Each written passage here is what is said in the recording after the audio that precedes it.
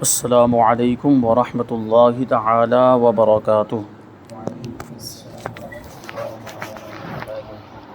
نحمده ونصلي ونسلم على رسوله الكريم اما بعد فاعوذ باللہ من الشیطان الرجیم بسم اللہ الرحمن الرحیم ان اللہ وملائکتہ یصلون علی النبی یا ایہا الذین آمنوا صلوا علیہ وسلموا تسلیما اللهم صل على سيدنا ومولانا محمد معدن الجود والكرم وآله الكرام وابنه الكريم وبارك وسلم صلاة وسلاما عليك يا رسول الله صلی اللہ تعالی علیہ وسلم۔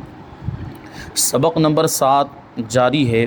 اس میں حضور پاک صلی اللہ علیہ وسلم کی نورانیت اور بشریت کا بیان کیا جا رہا ہے کہ حضور پاک صلی اللہ علیہ وسلم نور بھی ہیں اور بشر بھی ہیں، لیکن عام انسانوں کی طرح بشر نہیں، بلکہ سب سے بہترین بشر ہیں اور سب سے افضل انسان ہیں۔ تو یہی بات جو ہے اس سے پہلے بیان کی گئی اور یہ اہل سنت و جماعت کا عقیدہ بیان کیا گیا، اور اس کے تعلق سے کچھ ضروری معلومات بھی اس سے پہلے والے درس میں شامل کی گئی تھی۔ اب آگے ایک سوال ہے کہ کیا سرکار مدینہ صلی اللہ علیہ وسلم نے اپنے نور ہونے کا ذکر خود بھی فرمایا، یعنی خود حضور نے بھی اپنے بارے میں یہ بات کہی ہے کہ میں نور ہوں؟ حضور نے خود اپنے نور ہونے کا ذکر کیا ہے؟ تو جواب کہ حضرت سیدنا امام زین العابدین رضی اللہ تعالیٰ عنہ فرماتے ہیں، نبی کریم صلی اللہ علیہ وسلم نے ارشاد فرمایا، میں آدم علیہ السلام کی تخلیق سے 14,000 سال پہلے اللہ کریم کے یہاں نور تھا۔ یعنی حضرت آدم علیہ السلام پیدا بھی نہیں ہوئے تھے، اس سے بھی 14,000 سال پہلے حضور پاک صلی اللہ علیہ وسلم کا نور پیدا ہو چکا تھا۔ اللہ تبارک و تعالیٰ نے حضور کے نور کو پیدا کیا، اور حضور کا نور یہ اللہ تبارک و تعالیٰ کی بارگاہ میں موجود تھا۔ حضور نبی کریم صلی اللہ علیہ وسلم نے ارشاد فرمایا کہ جب اللہ کریم نے حضرت آدم علیہ السلام کو پیدا فرمایا تو ان کے بیٹوں کو باہم فضیلت دی۔ یعنی ان کے بیٹے کا مطلب کیا؟ سارے انسان حضرت آدم علیہ السلام ہی کی تو اولاد ہیں۔ تو حضرت آدم علیہ السلام کی اولاد میں بعض کو بعض پر فضیلت دی۔ حضرت آدم علیہ السلام کی اولاد میں دیکھیں تو انبیاء کرام بھی ہوئے، تو انبیاء کرام کو تو دوسرے عام انسانوں پر فضیلت حاصل ہے، اور بھی دوسرے لوگ ہوئے انبیاء کرام کے ماننے والے اور انبیاء کرام کی شریعت کے جانکار اور وہ آسمانی کتابوں کے جاننے والے، تو وہ علم ان کو حاصل ہوا تو علم کی فضیلت ملی، اور بھی بہت ساری فضیلتیں ملی۔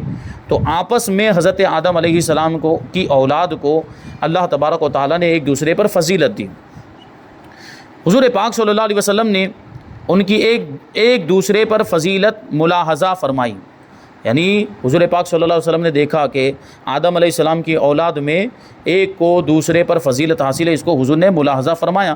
تو حضور اکرم صلی اللہ علیہ وسلم نے ارشاد فرمایا، آدم علیہ السلام نے سب سے آخر میں مجھے ایک بلند نور کی صورت میں دیکھا، تو بارگاہ الہی میں عرض کی۔ یعنی حضور پاک صلی اللہ علیہ وسلم نے ملاحظہ نہیں فرمایا، حضرت آدم علیہ السلام نے ملاحظہ فرمایا۔ یعنی حضرت آدم علیہ السلام کی اولاد کو ایک دوسرے پر جو فضیلت دی گئی، تو حضرت آدم علیہ السلام نے سب دیکھا کہ ان کی اولاد کو کیا کیا فضیلت ملی، کس کو کیا فضیلت اور کس کو کس کے اوپر فضیلت ملی۔ حضرت آدم علیہ السلام نے اس کو دیکھا، اور کہتے ہیں کہ حضرت آدم علیہ السلام نے سب سے آخر میں حضور فرماتے ہیں کہ مجھے ایک بلند نور کی صورت میں دیکھا، تو بارگاہ الہی میں عرض کیا، اے میرے رب یہ کون ہے، یعنی یہ نور کون ہے؟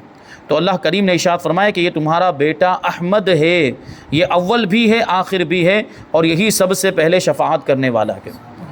جی، اول کس اعتبار سے کہ حضور کا نور سب سے پہلے بن گیا تھا، ساری مخلوقات سے پہلے کچھ بھی نہیں تھا دنیا کے اندر اس وقت، نہ یہ زمین یہ آسمان کچھ بھی نہیں، فرشتے بھی نہیں تھے اس وقت۔ اللہ تبارک و تعالیٰ نے ہمارے نبی کے نور کو پیدا فرما دیا، اور حضور پاک صلی اللہ علیہ وسلم آخر بھی ہیں کا مطلب یہ ہے کہ دنیا میں تشریف لانے کے اعتبار سے سارے نبیوں میں سب سے آخری ہیں، اس وجہ سے آخر کہا جاتا ہے۔ اور سب سے پہلے حضور پاک صلی اللہ علیہ وسلم ہی شفاعت کریں گے، بلکہ شفاعت کا دروازہ ہی حضور کھولیں گے، پھر دوسرے لوگوں کو بعد میں حضور کے صدقے میں شفاعت کا اختیار ملے گا، لیکن دروازہ تو حضور ہی کھولیں گے۔ یہ مقام، یہ شرف اور یہ مرتبہ حضور کو ملے گا، اور اسی مرتبے کو شفاعت کبریٰ کہا جاتا ہے، کہ حضور پاک صلی اللہ علیہ وسلم کو شفاعت کبریٰ کا منصب عطا فرمایا جائے گا، یعنی سب سے بڑی جو شفاعت ہوگی وہ حضور کی شفاعت ہوگی، اور حضور ہی وہ دروازہ کھولیں گے، پھر دوسرے انبیاء کرام کو اختیار ملے گا، علماء کو ملے گا، حفاظ کو ملے گا، پیران طریقت کو ملے گا، اور بھی دیگر جو نیک لوگ ہوں گے وہ اپنے ماننے والوں اپنے چاہنے والوں کی شفاعت کریں گے، لیکن یہ حضور کے صدقے میں۔ سوال: صحابہ کرام رضی اللہ تعالیٰ عنہ اجمعین نے حضور پاک صلی اللہ علیہ وسلم کی نورانیت کو کیسے بیان فرمایا؟ کہ حضور نے تو بیان کیا، حدیث میں آ گیا، صحابہ کرام نے بھی بیان کیا، اور بیان کیا ہے تو کیسے بیان کیا؟ جواب: صحابہ کرام رضی اللہ تعالی عنہم اجمعین نے نبی پاک صلی اللہ علیہ وسلم کی نورانیت کے جلووں کو دیکھا تو سب نے اپنے اپنے انداز میں اس کا اظہار کیا، اس کو بیان کیا۔ وہ کیسے بیان کیا؟ پہلی حدیث حضرت سیدنا عبداللہ ابن عباس رضی اللہ تعالی عنہما سے روایت ہے، آپ نے فرمایا حضور نبی کریم صلی اللہ علیہ وسلم کے سامنے کے مبارک دانتوں میں کشادگی تھی۔ یہ جو دانت ہیں یا سامنے کے دانتوں میں تھوڑا سا گیپ تھا، تھوڑی کشادگی تھی، اور جب آپ گفتگو فرماتے تھے تو اس میں سے نور نکلتا تھا، اور وہ نور نکلتا ہوا دکھائی بھی دیتا تھا۔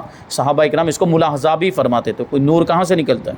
حضور پاک صلی اللہ علیہ وسلم نور ہیں، تبھی تو آپ کے دانتوں کے درمیان سے نور نکلتا ہے۔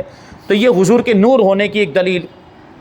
شیخ الاسلام علامہ عبدالرؤوف مناوی رحمۃ اللہ تعالی علیہ اس حدیث کے تحت فرماتے ہیں کہ یہ نور محسوس ہوتا تھا، یعنی دیکھتے بھی تھے اس کو صحابہ اکرام، اور آپ صلی اللہ علیہ وسلم کی کل ذات شریفہ ظاہری اور باطنی طور پر نور تھی۔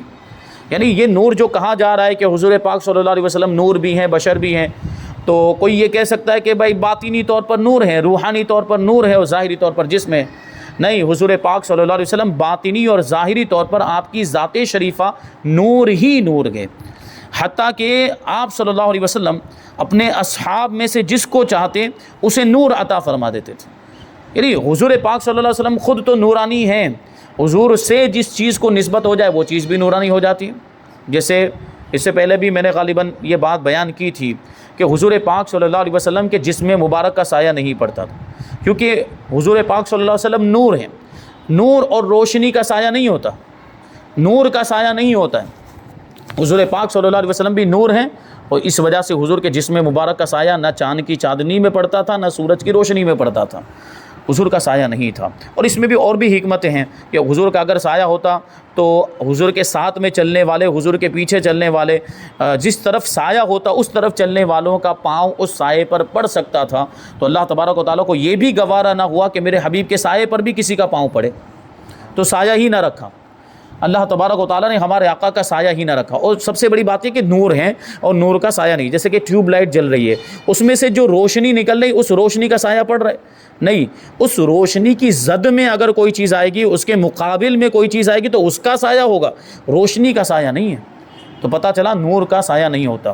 تو سوال یہ پیدا ہوتا ہے کہ حضور پاک صلی اللہ علیہ وسلم جو لباس مبارک پہنتے تھے، پیراہن، کرتا مبارک، یا جو ہے کہ امامہ شریف پہنتے تھے، تہبند مبارک پہنتے تھے، تو اور کبھی نالین شریف بھی پہنتے تھے، تو ان چیزوں کا بھی تو سایہ نہیں ہوتا تھا۔ یعنی یہ تو نہیں ہے حضور پاک صلی اللہ علیہ وسلم، صحابہ کرام نے یہی ایسا کوئی تفصیل کے ساتھ بیان نہیں کیا کہ ان چیزوں کا سایہ ہوتا تھا، یعنی کرتا وغیرہ کا سایہ ہوتا تھا اور جسم مبارک کا سایہ نہیں ہوتا تھا، کیونکہ حضور پاک صلی اللہ علیہ وسلم جب کاشانہ نبوت سے باہر تشریف لاتے تھے تو لباس پہن کر ہی تشریف لاتے تھے، اس میں تو کوئی شک کی بات ہی نہیں ہے۔ اور اسی طرح حضور کو صحابہ کرام نے دیکھا، لباس کے ساتھ ہی دیکھا، اور اس کے باوجود یہ فرمایا کہ حضور کا سایہ نہیں ہوتا تھا۔ مطلب یہ ہے کہ لباس کا بھی سایہ نہیں ہوتا تھا، جو حضور پہنتے تھے، کرتا مبارک، تہبند مبارک، امامہ شریف اور نالے نبوہ، ان چیزوں کا بھی سایہ نہیں ہوتا تھا۔ کیا مطلب؟ یہ تو نور سے نہیں بنی ہے، یہ تو نورانی چیزیں نہیں ہیں۔ جواب اس کا یہی ہے کہ یہ چیزیں اگرچہ جیسے کہ کرتا وہ کپڑا وہ دھاگے سے بنا ہوا ہے، اور نالین شریف چمڑے کی بنی ہوئی ہے، امامہ شریف بھی کپڑے کا ہے، لیکن ان چیزوں کو حضور پاک صلی اللہ علیہ وسلم کے نورانی جسم سے نسبت ہو گئی تو پھر یہ چیزیں بھی نورانی ہو گئی، حضور کی نسبت کی برکت سے، حضور پاک صلی اللہ علیہ وسلم کی نسبت کی برکت سے یہ چیزیں بھی نورانی ہو گئی، اور پھر ان کا بھی سایہ نہیں ہوتا تھا۔ ہاں، اگر حضور کے جسم مبارک سے الگ ہو جائیں اور اس کا سایہ ہو تو یہ کوئی ناممکن بات بھی نہیں۔ آج کل لوگ جو ہے کہ اس طرح جو ہے کہ جانچنے کی کوشش کرتے ہیں، اور یہ دیکھتے ہیں معاذ اللہ کچھ لوگوں کو یہ سنا گیا کہتے ہوئے کہ ہم نے حضور کے بال مبارک کو جانچا، لائٹ مار مار کے چیک کرتے ہیں، ٹارچ مار مار کے کہ اس کا سایہ ہوتا ہے کہ نہیں ہوتا ہے۔ تو یہ تو ایک طرح کی بے ادبی ہوئی نا، کہ آپ کو یقین نہیں ہے حضور پاک صلی اللہ علیہ وسلم، اگر واقعی وہ جو بال مبارک وہ حضور کے ہی منہ مبارک ہیں اور آپ اس انداز میں اس کے ساتھ معاملہ کر رہے ہیں اور اس کو جانچنے کی کوشش کر رہے ہیں، تو یہ بے ادبی کے مترادف ہے اور یہ ہرگز نہیں ہونا چاہیے۔ بہرحال اگر اس کا سایہ پڑ بھی جاتا ہے تو یہ کوئی ناممکن بات نہیں. اگر بال مبارک کا سایہ ہے، بال مبارک کا سایہ پڑ گیا، یا حضور کا لباس مبارک، کرتا مبارک ہے، اگر حضور پاک صلی اللہ علیہ وسلم کا کرتا مبارک کہیں پر ہے، امامہ شریف کہیں پر ہے، اور تو ان چیزوں کا اگر سایہ پڑ رہا ہے تو اس سے اس بات میں کوئی فرق نہیں آتا ہے کہ حضور پاک صلی اللہ علیہ وسلم کے جسم مبارک کا سایہ نہیں تھا، کیونکہ حضور پاک صلی اللہ علیہ وسلم کے جسم مبارک کا جسم مبارک کا سایہ نہیں تھا، اور آپ سے نسبت رکھنے والی چیزوں کا بھی سایہ نہیں ہوتا تھا. حضور کے جسم پہ جو چیز لگ جاتی تھی پھر اس کا بھی سایہ نہیں ہوتا تھا. تو اگر کرتا مبارک کا سایہ پڑ رہا ہے یا بال مبارک کا سایہ پڑ رہا ہے تو اس بات میں کوئی فرق نہیں پڑے گا کہ حضور کے جسم مبارک کا سایہ نہیں تھا. اور حضور نور ہیں، اور ایسے نور ہیں کہ دوسروں کو بھی نور عطا فرماتے ہیں. جیسے کہ حضرت سیدنا طفیل بن عمرو دوسی رضی اللہ تعالیٰ عنہ کو آپ نے نور عطا فرمایا. کیسے ہوا تھا واقعہ اس میں ذکر نہیں کیا. حضرت طفیل بن عمرو یہ حضور پاک صلی اللہ علیہ وسلم کی بارگاہ میں حاضر ہوئے اور ایمان لے آئے. اب ایک عرصے تک رہے، تعلیم حاصل کی، اسلام کی معلومات حاصل کی. پھر انہوں نے حضور کی بارگاہ میں عرض کیا، یا رسول اللہ میں اپنی قوم کی طرف لوٹ کر جانا چاہتا ہوں، میں مسلمان ہو چکا ہوں، تو مجھے اس کی کوئی نشانی عطا فرمائیں، کوئی علامت عطا فرمائیں کہ میں اپنی قوم کے سامنے جا کر اس کو دکھا سکوں اور وہ میری تصدیق کریں، مجھے مان لے کہ میں واقعی مسلمان ہو چکا ہوں اور دین اسلام سچا مذہب ہے، سچا دین ہے. تو اللہ کے رسول صلی اللہ علیہ وسلم نے ان کے لیے دعا کی تو ان کی پیشانی میں نور آ گیا، یعنی ان کی پیشانی چمکنے لگ گئی. دیکھیے یہ حضور نے ان کو نور عطا فرما دیا. اب حضرت طفیل بن عمرو دوسی حضور کی بارگاہ میں عرض کرتے ہیں، یا رسول اللہ یہ پیشانی میں آپ نے نور عطا فرمایا تو ہو سکتا ہے کہ اس کو لوگ جادو سمجھے یا کچھ اور سمجھ لیں، تو یہاں سے منتقل فرما دیں کسی اور جگہ پر. حضور پاک صلی اللہ علیہ وسلم نے پھر اس نور کی طرف اشارہ کیا تو وہ آپ کے عصا کے اندر آ گیا، لاٹھی. وہ لاٹھی بالکل وہ ٹارچ کی طرح چمکنے لگ گئی، اور اسی کی روشنی میں، اسی کے اجالے میں آپ سفر بھی کرتے تھے. حضرت طفیل بن عمرو دوسی پھر وہ اپنی قوم کے پاس گئے اور وہ علامت نشانی انہوں نے دکھائی. تو یہ حضور پاک صلی اللہ علیہ وسلم کی شان دیکھیں کہ خود تو نور ہیں، دوسروں کو بھی نور عطا فرماتے ہیں. اگر ہم بھی حضور پاک صلی اللہ علیہ وسلم سے سچی نسبت رکھیں، سچی محبت رکھیں، تو ہمیں بھی یہ نور عطا ہو سکتا ہے. اور یہ ہم دیکھتے بھی ہیں کہ سنی مسلمان جو حضور کے عاشق ہیں اور حضور سے محبت کرتے ہیں، سنی مسلمانوں کے چہروں پر ایک یہ فطری نور ہوتا ہے. اگرچہ سنی مسلمان رنگ کے اعتبار سے کالا کلوٹا کیوں نہ ہو، لیکن ایک قسم کی رونق اس کے چہرے پر نظر آتی ہے. جبکہ اس کے مقابلے میں جو دشمنان رسول، جو گستاخان رسول ہیں، ان میں سے اگر کوئی گورا چٹا بھی ہوگا تب بھی منحوس لگے گا، اس کے چہرے سے نحوست ٹپکتی ہوتی ہے، کیونکہ وہ گستاخ رسول ہے، اس کے دل میں حضور کی محبت نہیں ہے. جس کے دل میں حضور کی محبت کا چراغ روشن ہو تو وہ روشنی چہرے سے بھی ظاہر ہوتی ہے، اور جس کے دل میں حضور کی محبت ہی نہیں ہے تو اس کا چہرہ بالکل بے رونق نظر آتا ہے. آپ خود ہی ان کے چہروں سے اندازہ لگا سکتے ہیں کہ یہ معاذ اللہ حضور کا گستاخ ہے اور دشمنوں میں اس کا شمار ہوتا ہے. اللہ تبارک و تعالیٰ اہل سنت و جماعت کے مذہب پر ہم سب کو قائم و دائم رکھے، حضور کے نور کا صدقہ ہمیں عطا فرمائے. تو یہ دیکھیں حضرت طفیل بن عمرو کو حضور نے نور عطا فرمایا. اب دوسری حدیث ہے، حضرت سیدتنا عائشہ صدیقہ رضی اللہ تعالیٰ عنہ فرماتی ہیں، بوقت سحر یعنی صبح کے وقت کھو جانے والی سوئی حضور نبی کریم صلی اللہ علیہ وسلم کے چہرے انور کی روشنی کی کرن سے مل گئی. سوئی وہ آپ کو سل رہی تھی تو وہ سوئی گر گئی تھی، اندھیرا تھا اور وہ مل نہیں رہی تھی سوئی، اندھیرے کی وجہ سے کہ اتنے میں حضور پاک صلی اللہ علیہ وسلم حجرہ مبارک میں تشریف لائے، مسکرائے، اور مسکرانے کی وجہ سے آپ کے چہرے مبارک سے وہ نور نکلا کہ اتنی روشنی کمرے کے اندر ہو گئی کہ وہ جو اندھیرے کی وجہ سے سوئی نظر نہیں آ رہی تھی وہ ام المؤمنین کو نظر آ گئی، وہ آپ کو مل گئی. وہ شعر جو مشہور ہے، سوئی مل جائے اندھیرا بھی ہو اگر، تم جو آ کر مسکرا دو یا رسول. تیسری حدیث، حضرت سیدنا ابو ہریرہ رضی اللہ تعالیٰ عنہ فرماتے ہیں، جب نبی کریم صلی اللہ علیہ وسلم مسکراتے تو در و دیوار روشن ہو جایا کرتے تھے. یعنی حضور پاک صلی اللہ علیہ وسلم کے نور کا عکس در و دیوار پر پڑتا تھا، اور در و دیوار بھی روشن ہو. جب حضور مسکراتے تھے تو دانت مبارک کے درمیان سے یہ روشنی نکلتی تھی اور ایسا نور نکلتا تھا. یہ حدیث کا ایک ٹکڑا آگے کے ٹکڑے میں حضرت ابو ہریرہ رضی اللہ تعالیٰ عنہ فرماتے ہیں کہ حضور کے جیسا نہ میں نے حضور سے پہلے کسی کو دیکھا نہ حضور کے بعد کسی کو دیکھا، کیونکہ حضور کے جیسا اللہ نے کسی کو بنایا ہی نہیں تو وہ دیکھتے کیسے. حضور بے مثل و بے مثال ہیں، لاجواب ہیں، آپ کے جیسا دوسرا کوئی انسان ہو ہی نہیں سکتا. بتائیے کس کے ایسے دانت ہوں گے کہ جس میں سے روشنی نکلے؟ دنیا میں بڑے خوبصورت دانت والے ہوئے ہوں گے، بڑے سفید دانت والے چمکدار دانت والے ہوئے ہوں گے، لیکن کسی کے دانت میں یہ کمال نہیں ہوگا کہ اس کے دانتوں سے روشنی نکلے اور در و دیوار روشن ہو جائے۔ یہ ہمارے حضور کے دانتوں کی خاصیت اور یہ ہمارے حضور کے دانتوں کا معجزہ ہے۔ سوال: نورانیت مصطفیٰ صلی اللہ علیہ وسلم کے بارے میں بزرگان دین کا کیا عقیدہ ہے؟ بزرگان دین کیا عقیدہ رکھتے تھے؟ جواب: جلیل القدر مفسرین، محدثین، علماء ربانی۔ مفسرین یعنی تفسیر بیان کرنے والے اور تفسیر کے علوم کے ماہرین۔ محدثین یعنی حدیث کے علوم کے جو ماہرین ہوتے ہیں ان کو محدثین کہا جاتا ہے۔ علماء ربانیین اور اولیاء کاملین نے بھی نبی کریم صلی اللہ علیہ وسلم کے نور ہونے کو بیان فرمایا، جیسا کہ قرآن مجید کی آیت ہے قد جاءکم من اللہ نور و کتاب مبین، کہ بے شک تمہارے پاس اللہ کی طرف سے ایک نور آیا اور روشن کتاب آئی۔ اس کے تحت امام ابو جعفر محمد بن جریر طبری، امام ابو محمد حسین بغوی، امام فخر الدین رازی، امام ناصر الدین عبداللہ بن عمر بیضاوی، علامہ ابو البرکات عبداللہ نصفی، علامہ ابو الحسن علی بن محمد خازن، امام جلال الدین سیوطی، شافعی رحمۃ اللہ تعالی علیہم اجمعین۔ یہ بڑے بڑے مفسرین کے نام ہیں، بڑے بڑے مفسرین سمیت کثیر مفسرین نے فرمایا کہ اس آیت طیبہ میں موجود لفظ نور سے مراد نبی کریم صلی اللہ علیہ وسلم کی ذات بابرکات ہے۔ اتنے سارے مفسرین کہہ رہے ہیں کہ تمہاری طرف اللہ کی جانب سے نور آیا، یہاں نور سے مراد حضور پاک صلی اللہ علیہ وسلم کی ذات ہے۔ اور حضرت علامہ قاضی ایاز مالکی رحمۃ اللہ تعالی علیہ فرماتے ہیں کہ حضور انور صلی اللہ علیہ وسلم کا سایہ سورج اور چاند کی روشنی میں زمین پر نہیں پڑتا تھا، کیونکہ آپ صلی اللہ علیہ وسلم نور ہیں اور نور کا سایہ نہیں ہوتا ہے۔ اعلیٰ حضرت رضی اللہ تعالیٰ عنہ فرماتے ہیں کہ تو ہے سایہ نور کا، ہر عضو ٹکڑا نور کا، یعنی حضور کے تعلق سے تو ہے سایہ نور کا ہر عضو، یعنی حضور کے جسم مبارک کا ہر عضو یہ بھی نور کا ٹکڑا ہے، ہر عضو ٹکڑا نور کا۔ سائے کا سایہ ہوتا ہے نہ سایہ نور کا، سائے کا سایہ نہیں ہوتا اور نور کا سایہ بھی نہیں ہوتا ہے۔ یہ حضور پاک صلی اللہ علیہ وسلم کی شان اعلیٰ حضرت رضی اللہ تعالیٰ عنہ نے اس شعر میں بیان کی حضور کی نورانیت کے تعلق سے، اور یہ کہ حضور پاک صلی اللہ علیہ وسلم کے جسم مبارک کا سایہ نہیں تھا۔ اعلیٰ حضرت رضی اللہ تعالیٰ عنہ نے غالباً 2 یا 3 رسالے اس پر لکھے ہیں کہ حضور پاک صلی اللہ علیہ وسلم کے جسم مبارک کا سایہ نہیں تھا، دلائل کی روشنی میں اس کو ثابت کیا ہے۔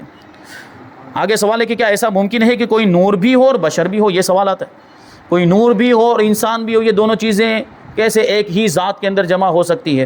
تو اس کا جواب ہے کہ جی ہاں، ایسا ممکن ہے، بالکل ایسا ہو سکتا ہے، کیونکہ نورانیت اور بشریت ایک دوسرے کی ضد نہیں، ایک دوسرے کے مخالف نہیں، دونوں ایک ساتھ میں جمع بھی ہو سکتی ہیں۔ جیسے مثال دیتے ہیں، دلیل کے طور پر بیان کرتے ہیں کہ حضرت جبریل علیہ السلام نوری مخلوق ہونے کے باوجود حضرت سیدتنا مریم رضی اللہ تعالی عنہا کے سامنے انسانی شکل میں جلوہ گر ہوئے تھے۔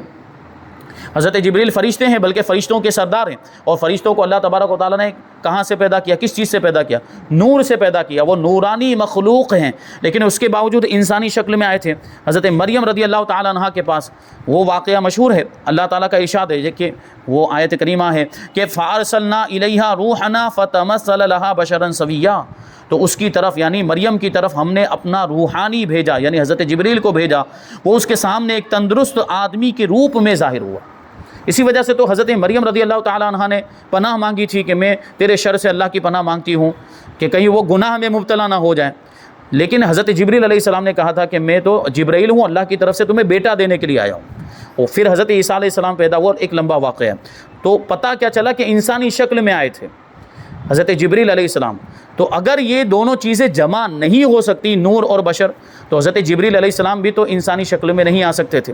اور حضور پاک صلی اللہ علیہ وسلم کے زمانے میں بھی کئی مرتبہ حضرت جبریل علیہ السلام انسانی شکل میں آئے ہیں۔ آگے سوال ہے کہ سرکار مدینہ صلی اللہ علیہ وسلم کی بشریت کا انکار کرنا کیسا ہے؟ یعنی حضور بشر ہی نہیں ایسا کوئی بول دے تو اس کے لیے کیا حکم ہوگا؟ جواب: سرکار مدینہ صلی اللہ علیہ وسلم کی بشریت کا مطلقاً انکار کرنا کفر ہے، بلکہ اس میں شک کرنا بھی کفر ہے، کیونکہ حضور پاک صلی اللہ علیہ وسلم کی بشریت قرآن مجید کی نص قطعی سے ثابت، قرآن کی آیت سے ثابت ہے کہ حضور بشر ہیں۔ ہاں، اپنے جیسا بشر نہ کہے، اپنے جیسا بشر نہ کہے، بلکہ خیر البشر اور سید البشر کہے، کہ انسانوں میں سب سے بہتر اور انسانوں کے سردار کہے، کیونکہ تمام انبیاء اکرام علیہم الصلوۃ والسلام بشر ہی تھے، وہ بھی انسانوں میں ہی تشریف لائے۔ اور اس کی ایک وجہ، بہت بڑی حکمت یہ تھی کہ اگر وہ کسی اور شکل میں آتے، مان لو نورانی شکل میں حضور تشریف لاتے، تو انسان دور بھاگتے، قریب نہ ہوتے ان کو لوگوں کو قریب کرنے کے لیے یہ انسانی شکل میں تشریف لائے. جیسا کہ اللہ تعالیٰ کا فرمان ہے وما ارسلنا من قبلک الا رجالا، کہ ہم نے تم سے پہلے جتنے رسول بھیجے وہ سب مرد ہی تھے، بشر ہی تھے اور مرد ہی تھے. ایک اور سوال شامل کرتے ہیں کہ حضور پاک صلی اللہ علیہ وسلم کو اپنے جیسا بشر کہنا کیسا ہے؟ جواب: حضور پاک صلی اللہ علیہ وسلم کو اپنے جیسا بشر کہنا اہل ایمان کا طریقہ نہیں. یقیناً حضور پاک صلی اللہ علیہ وسلم بشر بھی ہیں، لیکن آپ کی بشریت عام انسانوں کی طرح نہیں. لہٰذا آپ کی بشریت کو عام انسانوں کی طرح قرار دینا مسلمانوں کا شیوا نہیں، مسلمانوں کا طریقہ نہیں، بلکہ قرآن مجید میں مختلف مقامات پر اسے کافروں کا طریقہ بتایا کہ کافر جو ہوتے تھے انبیاء کرام، گزشتہ انبیاء کرام کے زمانے میں جو منکرین ہوتے انبیاء کرام کی تکذیب کرنے والے، وہ یہی کہا کرتے تھے اکثر انبیاء کرام سے. ان کی قوم کے کفار نے یہی بات کہی تھی کہ آپ تو ہمارے جیسے بشر ہیں، آپ کو ہم کیسے نبی مان لیں؟ آپ ہماری طرح اٹھتے بیٹھتے چلتے پھرتے کھاتے پیتے ہیں، ہم آپ کو کیسے نبی مان لیں؟ یہ بات اگلے انبیاء کرام کی امت کے کفار نے بھی کہی تھی، اور یہی بات اس امت کے کفار بھی کہتے ہیں اور گستاخ کہتے ہیں کہ حضور پاک صلی اللہ علیہ وسلم معاذ اللہ ہم جیسے بشر ہیں. یہ قرآن کریم میں اس کو کفار کا طریقہ بتایا گیا کہ وہ اپنے نبی کو اپنے جیسا بشر سمجھتے تھے.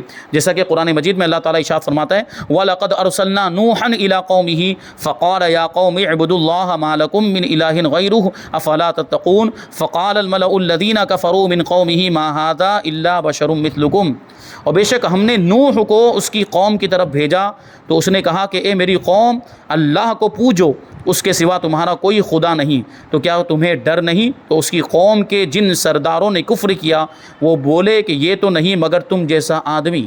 یعنی حضرت نوح علیہ السلام کے بارے میں سرداروں نے یہ بات کہی تھی کہ یہ نوح کی، حضرت نوح علیہ السلام کی طرف اشارہ کرتے ہوئے کہ یہ نوح تو تمہارے جیسے ہی آدمی ہیں، تمہارے جیسے ہی انسان ہیں، تو ان کی بات مت مانو معاذ اللہ. یہ اس طرح وہ کہنا چاہتے تھے. معلوم ہوا کہ نبی کی شان گھٹانے کے لیے بشر کی رٹ لگا لینا یہ کفار ناہنجار کا طریقہ ہے. اور سرکار مدینہ صلی اللہ علیہ وسلم بشر تو ہیں مگر ہمارے مثل نہیں، ہمارے جیسے نہیں، بلکہ وہ افضل البشر ہیں، انسانوں میں سب سے افضل ہیں، سب سے بہترین بشر ہیں.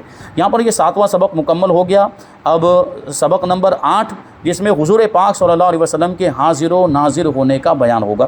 سب سے پہلے تو یہ بات شامل کریں گے کہ حاضر و ناظر کا مطلب کیا ہوتا ہے اور اس کے تعلق سے اہل سنت و جماعت کا عقیدہ کیا ہے اور اس کی تفسیر اور بنیادی عقائد انشاءاللہ تبارک و تعالیٰ سوال جواب کی شکل میں شامل کریں گے. اللہ تبارک و تعالیٰ کی بارگاہ میں دعا ہے کہ جو کچھ بھی بیان ہوا اس پر ہم سب کو عمل کرنے کی توفیق عطا فرمائے. وما علینا الا البلاغ. السلام علیکم.